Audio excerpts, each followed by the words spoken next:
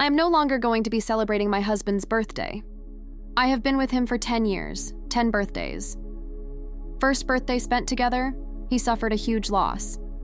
I comforted and supported him through it, and still tried to make him feel special, celebrated.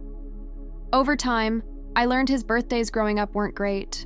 He was one of 5 kids, he hadn't had a party since kindergarten, and as a teen he was often made to babysit his younger siblings while his parents worked or went out. Yes, he has resentment issues. Yes, he needs to talk to a therapist. Yes, I've recommended that to him many times in the last decade. That said, after that first year, I decided I can save his birthdays.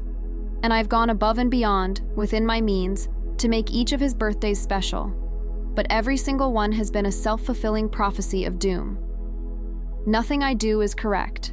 Nothing I do is enough. Yet I know if I didn't try, he'd be horribly hurt. This year I decided this was it. He's starting the next decade on a positive note, come hell or high water. So I, along with his mom, threw him a surprise 40th birthday party. I also surprised him with concert tickets he was very excited for. Did he enjoy his party? Nope. Afterwards, he complained about the food, the cake, the date, the time, how it was too far from his birthday, and on Easter weekend, so clearly, it wasn't well thought out.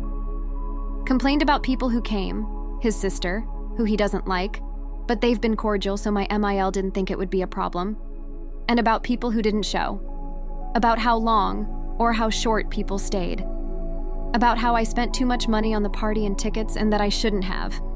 I was blown the fuck away by the audacity. I have been so hurt since then, but being empathetic and still trying to make his actual birthday, today, nice for him, I chose to move past it. I was going to talk to him short after his birthday about how hurt I was, because I'm not a dick who would do it on his birthday, but after today, he's been moody, negative, and picking fights with me. Despite me being cheery and more than forgiving about his piss-poor attitude, I finally snapped and shouted at him, "It is statistically impossible for someone to have 10 terrible birthdays in a row when you have a partner who actively tries to make them fun and special every single year. This is a choice. You are choosing to be unhappy on your birthday. You're ungrateful and I am over this. I know now that nothing will ever be good enough for him, so I am no longer going to put my energy into his birthday. Not after 10 consecutive failed attempts. What do you guys think? Let's discuss in the comments. Follow and like for more stories.